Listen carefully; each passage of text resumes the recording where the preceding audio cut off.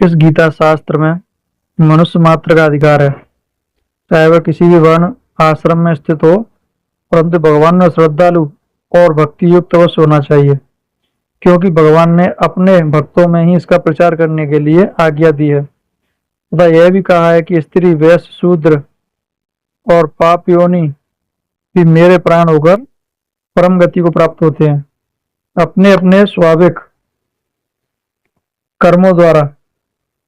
मेरी पूजा करके मनुष्य परम सिद्धि को प्राप्त होते हैं। इन सब पर विचार करने से यही ज्ञात होता है कि परमात्मा की प्राप्ति में सभी का अधिकार है, परंतु उक्त विषय के मर्म को न समझने के कारण बहुत से मनुष्य, जिन्होंने श्री गीता जी का केवल नाम मात्र ही सुना है, कह दिया करते हैं कि गीता तो केवल सन्यासियों के लिए है। वे अपने बालकों को भी इसी भय से गीता जी का अभ्यास नहीं कराते कि गीता के ज्ञान से कदाचित लड़का घर छोड़कर सन्यासी हो जाएगा, किंतु उनको विचार करना चाहिए कि मोह के कारण छात्र धर्म से विमुख होकर भिक्षा के अन्न से निर्वाह करने के लिए तैयार हुए अर्जुन ने जिस परम रहस्य गीता के उपदेश से आजीवन गृहस्थों में रहकर अपने कर्तव्य का पालन किया, उस गीता शास्त्र का यह उल्टा परिणाम किस प्रकार हो सकता है। और ये मैं आपको किस लिए पढ़ के बता रहा हूं, क्योंकि अभी कुछ दिनों की बात है, मैं एक स्कूल में अपनी बच्ची का एडमिशन करवाने के लिए गया था। तो मैंने उस स्कूल के जो प्रिंसिपल थे, तो मैंने उनसे बातचीत की। मैंने कहा मुझे एडमिशन कराना है, तो वो उनका कहना था कि हमारा स्कूल इंग्लिश मीडियम है। मैंने कोई दिक्कत नहीं,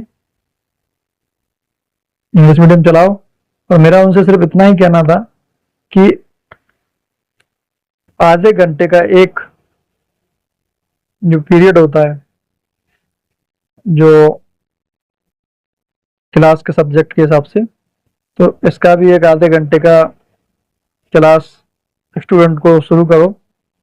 तो उनके भी जो शब्द थे जो मैंने अभी आपको बताया, उनके वही शब्द थे, और जबकि कहने के लिए वो एक ब्राह्मण भी थे। अब देश का दुर्भाग्य यही है कि अपने मेन शिक्षा को छोड़कर जिन लोगों ने देश को गुलाम बनाया, देश को लूटा, अत्याचार किए, उनकी शिक्षा को बढ़ावा दिया जा रहा है, अपनी शिक्षा को नकार के, जो शिक्षा जीवन में कभी काम ही नहीं आने वाली।